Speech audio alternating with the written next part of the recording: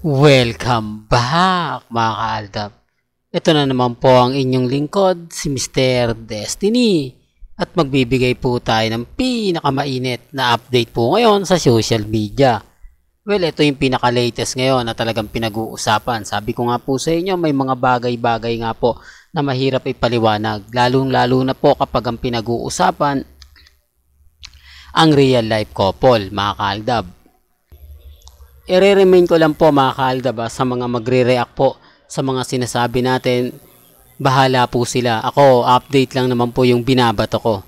Pero bago tayo magsimula at bago natin ituloy itong mainit nakaganapan po ngayon sa social media, kung bago ka lang sa channel na to at isa kang true-blooded Aldab Nation na nagmamahal po kina Mengay at Isoy, tama po ang channel na pinuntahan mo, kaya consider na po kitang bagong subscriber. At huwag mong kalimutang i-share ang mga video po natin sa mga mami, sa mga titas, at sa mga senior. Alakalain nyo po ba ang post ni Ibyang at ni Congressman Spotted? Ito nga pong monster ka ba? Kumbaga, parang may, hindi ko alam mga kaaldab kung ano na naman po ba ang pakulo nila Congressman Spotted at ni Mengay o ni Ibyang mga kaaldab. Hindi ko alam kung ano ibig sabihin ng monster na post nila. Basta sa akin lang po, kung ano lang po yung latest, kung ano lang po yung trending, yun lang naman po yung binabalita natin eh. Finally, nag-post na rin po sila. Gaya nga po na sinasabi ko, hindi ko alam kung anong post to. Hindi ko alam kung anong ibig pahiwatig ni Ibyang at ni Congressman Spotted. Base nga po sa mga nakukuha nating update. Base nga po sa mga nakakalap nating impormasyon. Alam nyo naman po pagdating sa bagay-bagay na pagbibigay ng update, hindi po tayo magpapahuli. At never naman po tayong nagpapahuli. Di po ba?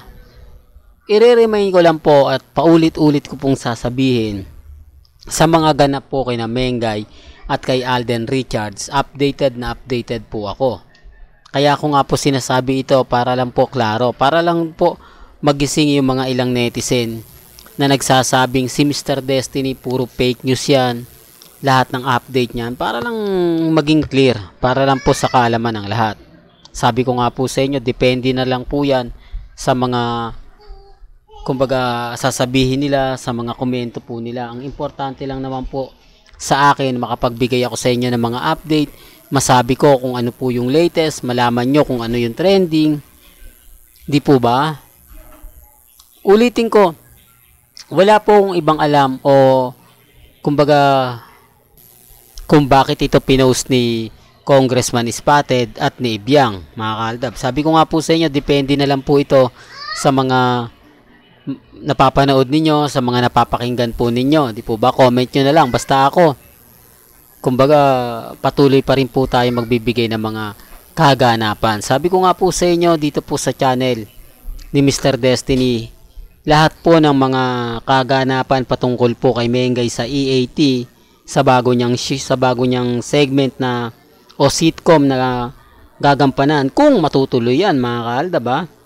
Marami na po kasi at lumalakas na po yung ugong-ugong na magkakaroon na nga po siya ng bagong sitcom sa TV5. Dahil may sitcom na nga po raw si Wally Bayola at si Jose Manalo, bibigyan nga po ulit. Ito yung pananaw natin mga kaaldab na parang mas binibigyan po talaga ng prioridad ngayon ng ng TV5 ang Dabber Cards. Pansin nyo po ba? Mas kumbaga na, ito yung binibigyan nila ng halaga. Parang nagtitiwala po talaga sila kina Mengay, kay Jose, kay Wally. Sa bagay mga kaaldab, si Mengay po talaga subok na yan ng EAT. Di po ba? Para lang po sa kaalaman ng lahat, dahil kumbaga nagkaroon na siya ng bagong o dating show na ulitin ko lang po at kumbaga totroba ko lang, Pop Pinoy. Nagustuhan po yun ng mga netizen. Nagustuhan din po yun ng management ni Pangilinan. Kaya nga po, pagkatapos nga po nun, o sabihin na natin na hindi pa siya natatapos, binigyan na po ng bagong project si Mengay na Main Goals Season 1, na kung saan naman po talagang pumutok at pumatok sa mga netizen. Nananalo nga po ng award si Maine Polkerson. Iulitin ko lang po, doon po sa naging segment po ni Mengay sa Main Goals o sitcom niya, nagkaroon po siya at nanalo po siya ng award na kinainggitan ng mga kapwa niya artista, na talagang masasabi natin na siya lang po talaga yung nakagawa. Totoo to mga ka-Aldab, baka na naman sabihin nyo, naku, gumagawa na naman ng issue si Mr. Destiny, kumbaga wag niyong paniniwalaan niya. Hindi po totoo po yun. Isa po ito sa pinag-usapan. Hindi nga po ito binati sa Itbulaga dahil kumbaga yung pagkapanalo po kasi niya na Best ASEAN sa TV5. Kaya pero binati pa rin po siya sa Itbulaga, kaya lang matagal na, delay na po siya.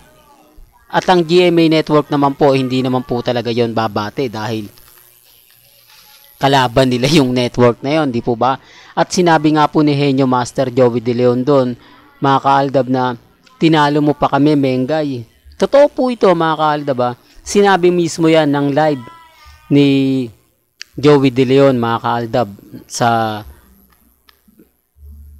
Itbulaga, sa tape. Sinabi niya na tinalo mo pa kami, Mengay. Kasi sa totoo lang po, si Mengay po talaga yung nagkaroon ng award. Si Henyo Master Joey De Leon, Bossing Vic Soto at ilang pong legit dabber cards, wala po talaga. Totoo to mga ka-Aldab. Sabi ko nga po sa inyo, may mga bagay-bagay po na si Maine Polkerson lang po talaga yung nakagawa. Kaya nga po, sabi ko nga, totoo naman po, marami na inggit sa kanya. Marami mga artista na, lalo na po sa GMA Kapuso, na bakit si Mengay, di po ba, kay Mac, kumbaga 6 na taon pa lang sa showbiz, pero gumawa na ng pinakamaraming record.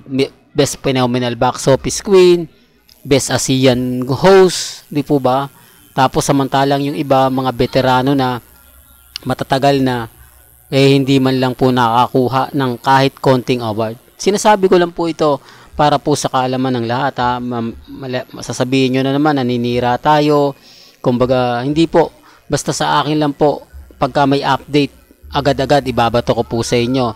Pag may ganap, ibibigay ko agad-agad. Di po ba? Yan ang kagandahan nyo po dito sa channel ni Mr. Destiny. Well, hanggang dito na lang po ang ating latest updates. Kaya kung gusto nyo pa po ng pinaka-latest at sariwang update, abay tumutok na lang po kayo sa channel ni Mr. Destiny para updated po kayo sa mga latest at sa mga bagong video po na ilalabas po natin maya-maya lang. At huwag nyo pong kalimutang i-share yung mga video po natin sa mga mami, sa mga titas, at sa mga senyor. Hanggang sa muli, salamat po sa panonood at pakikinig.